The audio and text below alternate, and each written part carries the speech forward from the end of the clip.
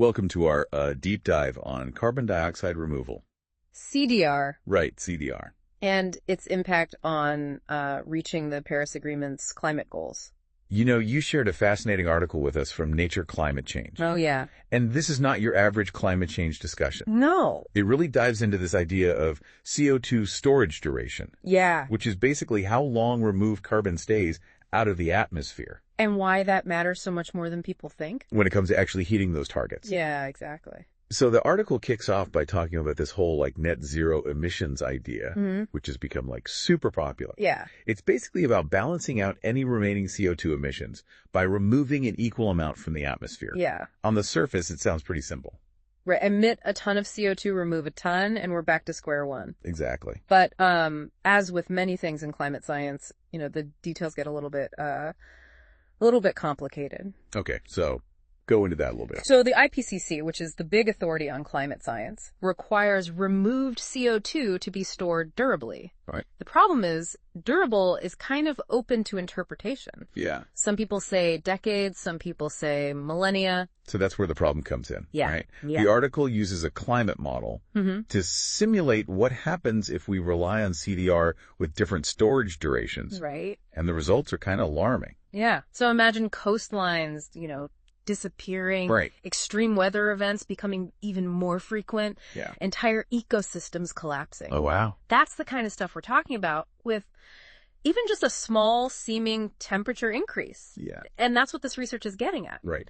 They found that if removed CO2 is only stored for, let's say, 100 years, which is what some policies actually assume, oh, wow. we could see a significant amount of additional warming, even if we hit net zero. So we hit net zero, everybody's celebrating, and then bam, the planet keeps warming. It's not an immediate bam. It's more like a slow burn. Oh, okay. That really messes things up over time. Okay. Specifically with 6 gigatons of CO2. 6 gigatons. Per year. Wow. Of residual emissions. Which is a realistic estimate. Okay. Using 100 years storage CDR could lead to an extra 0.8 degrees Celsius of warming by the year 2500. Oh my God. Compared to storing that CO2 permanently. That is a huge ED difference. It is. That really highlights how crucial that storage duration is. Absolutely. So that additional warming could put those internationally agreed temperature limits from the Paris Agreement at risk. At risk. Even if we're hitting net zero emissions. Exactly. Okay, so if short-term storage isn't the answer, what is? Right. The article talks about this concept called like-for-like balancing. Yeah. Basically, if we're emitting fossil CO2, which hangs around in the atmosphere for thousands of years, we need to remove CO2 and store it for a similar period. Think of it like balancing a budget, right? Okay. You can't offset a long-term loan with short-term income. So we can't treat short-term carbon storage as equal to permanent storage when we're dealing with the impact of fossil fuels. Okay. We need to be looking at solutions that are in it for the long haul, like geological storage mineralization or biogenic stores that can hold carbon for extended periods. So no more quick fixes. Right. Planting a bunch of trees is good. Yeah, it's good. But it's not a get-out-of-jail-free card. Exactly. When it comes to dealing with those long-lived fossil fuel emissions, it's about finding solutions that match the scale and duration of the problem. Exactly. And that brings us to another really important point this study raises. Yeah. The difference between CO2 storage duration and what's called atmospheric residence time. Okay, that one sounds a bit technical. Yeah. I need a little help with this one. Sure. Break it down for us. All right, so imagine we snap our fingers and stopped all CO2 emissions today. Okay. Even then, the warming we've already caused wouldn't just disappear overnight. It would linger for centuries because the ocean is like this giant heat sink. Oh, yeah. Think of it like a pot of water on the stove. Okay. It takes time to heat up and it takes time to cool down. Right. The ocean acts in a similar way. Interesting. Holding on to heat and slowly releasing it over time. So even if we remove CO2 for a while, releasing it later could still contribute to warming. It's like a delayed reaction, right? It is. We think we fixed the problem, and then decades or centuries later, it comes back to bite us. That's a great way to put it. So even if stored CO2 is released after a few decades or centuries, it can still mess things up. Yeah. So it all boils down to this. Matching storage duration to the lifespan of the emissions we're trying to offset is absolutely crucial, if you're serious about tackling this problem. If we're going to get serious about this. Okay, so we've established that short-term CDR might not be the ideal solution when it comes to fossil fuel emissions. But does that mean all short-term CDR is bad? Should we abandon it altogether? Not at all. The research actually highlights that less durable CDR can still be valuable. Okay.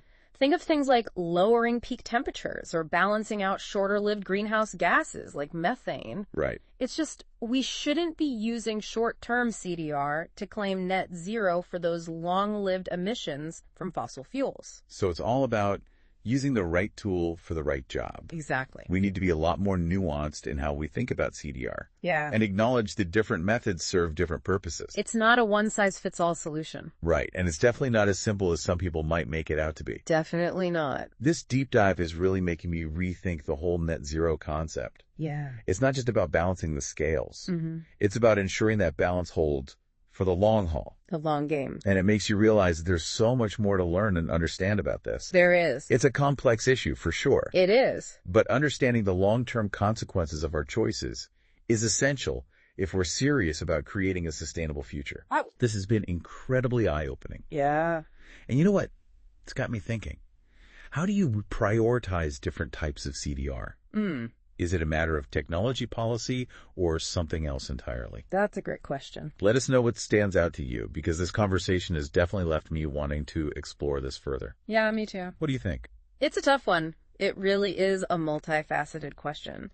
You know, it's interesting to think about how technology policy and even social acceptance all play a role in how we prioritize different types of CDR.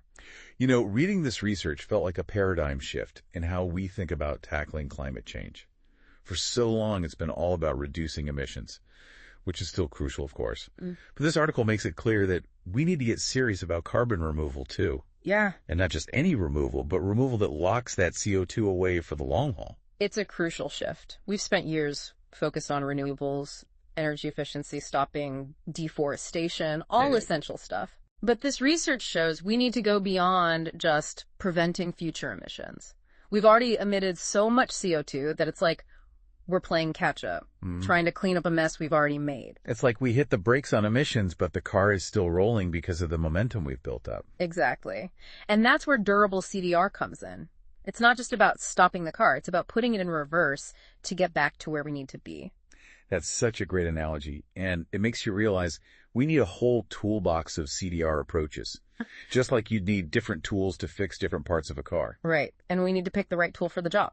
So when we prioritize different types of CDR, it's not just about what's cheap or easy.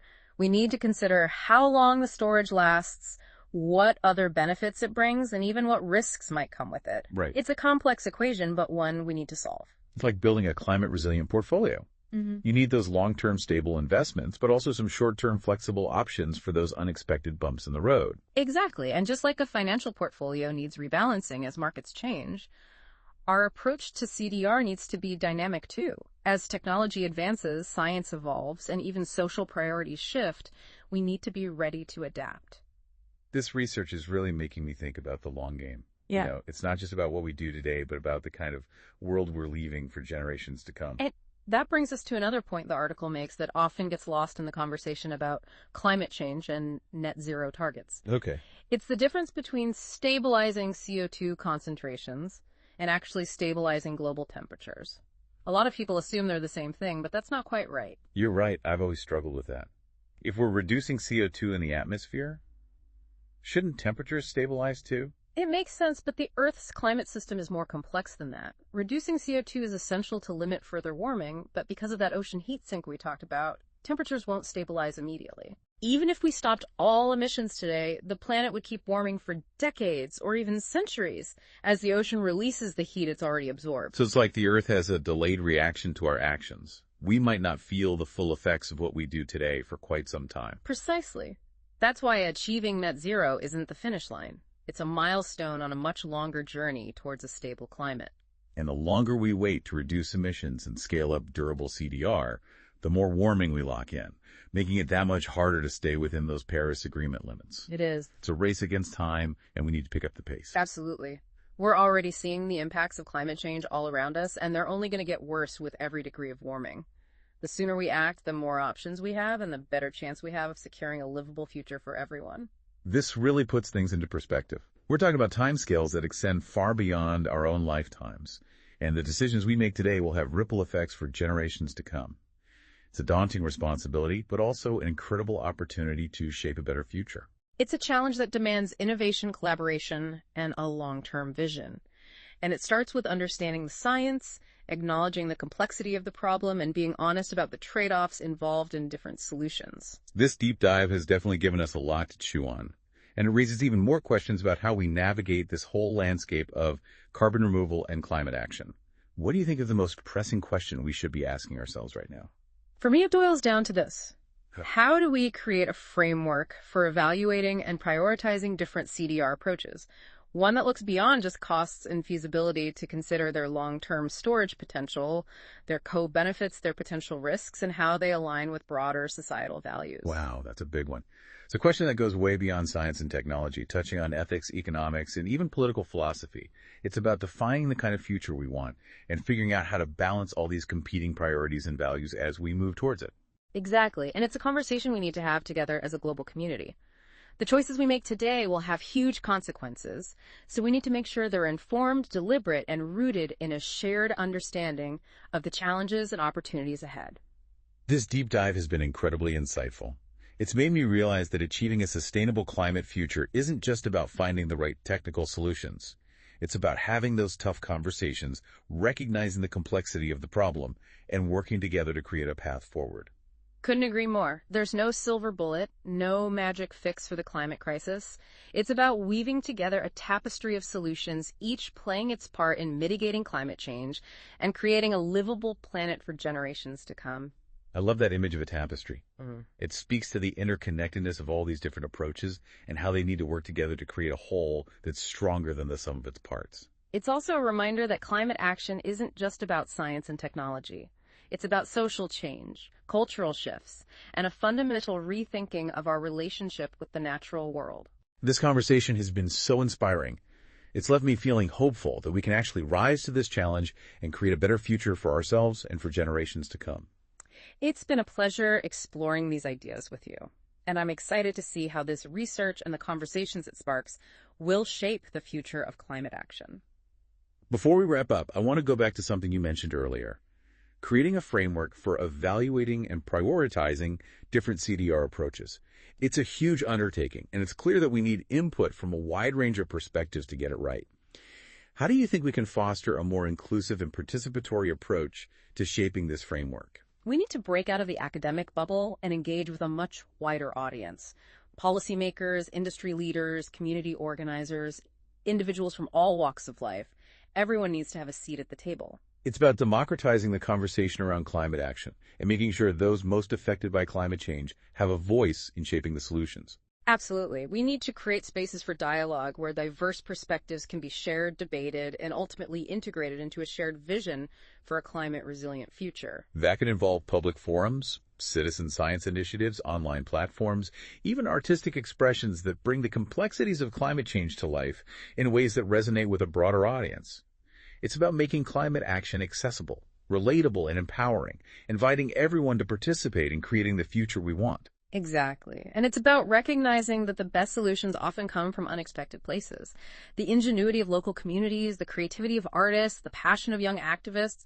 We need to tap into all of that collective wisdom and energy. I love that. It's about moving beyond the traditional silos of expertise and embracing the power of collective action. Recognizing that we all have something to contribute and that together we can achieve far more than we ever could alone. And it's about understanding that climate action isn't just a scientific or technological challenge. It's a social and cultural one, too. It's about shifting mindsets, changing behaviors, and creating a culture of sustainability that permeates every aspect of our lives. This conversation has been truly inspiring, and it's given me so much to think about, both in terms of the specific challenges of carbon removal and the broader questions of how we create a more sustainable and just future. It's been a pleasure sharing this deep dive with you, and I'm confident that the insights and ideas we've explored will continue to resonate long after this conversation ends. As we've been talking about all this research about carbon removal and how crucial it is for hitting those climate targets, one thing that keeps hitting me is the sheer scale of what we're talking about. Yeah. It's mind-boggling. It's true. The numbers can feel overwhelming. Yeah. We're talking about removing billions of tons of CO2 from the atmosphere year after year. Exactly. And not just for a little while, but for generations to come. It's easy to get caught up in the specifics of different CDR methods, like the science, the technology. Right. But I think it's important to step back sometimes and just grasp the magnitude of what we're trying to achieve. Yeah. It can feel a bit like trying to empty an ocean with a bucket.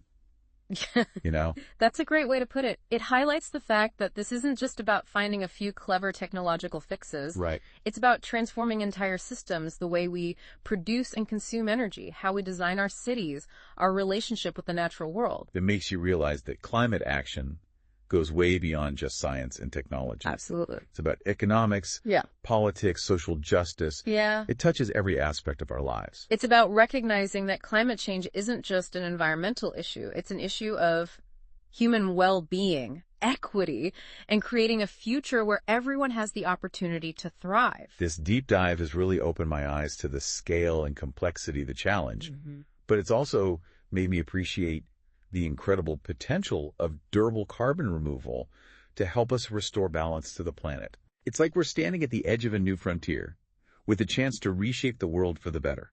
It's an exciting time to be alive, despite the daunting challenges we face. Yeah. There's so much innovation happening, so much creativity and passion being poured into finding solutions. I agree. And I truly believe that if we harness that collective energy and work together, we can create a future that's not only sustainable, but also just prosperous for all. This conversation has been incredibly insightful, and it's given me a renewed sense of hope. Oh, good. It's clear that durable carbon removal isn't a silver bullet, Right. but it's a crucial tool in our climate toolbox. Yeah. And by combining it with other solutions, reducing emissions, transitioning to clean energy, protecting our forests, Yeah. we can start to turn the tide on climate change. I think so. So as we wrap up this deep dive, I want to leave our listeners with one final thought. Okay. We've talked a lot about the science, the technology, the policy. We have. But ultimately, the success of our efforts hinges on something much deeper. Okay, what's that? Our values. Oh, wow. The choices we make individually and collectively reflect what we prioritize, what we believe in. Right. If we value short-term profits over long-term sustainability. Yeah. If we choose comfort and convenience over the well-being of future generations, then we're setting ourselves up for failure. That's a powerful message. It's a reminder that each of us has a role to play in tackling this challenge, and that our actions, no matter how small they may seem, can collectively make a difference. Absolutely. It's a call to align our values with our actions, to make choices that reflect our commitment to a just and sustainable future, to use our voices, our creativity, and our collective power to create the world we want to live in. Couldn't have said it better myself. This deep dive has been a journey of discovery, and it's left me feeling inspired and motivated to do my part. Thank you for joining us on this exploration of carbon removal and its vital role in shaping a sustainable future. It's been a pleasure sharing this conversation with you. And to our listeners, remember, the future isn't something that just happens to us. It's something we create together through the choices we make every day.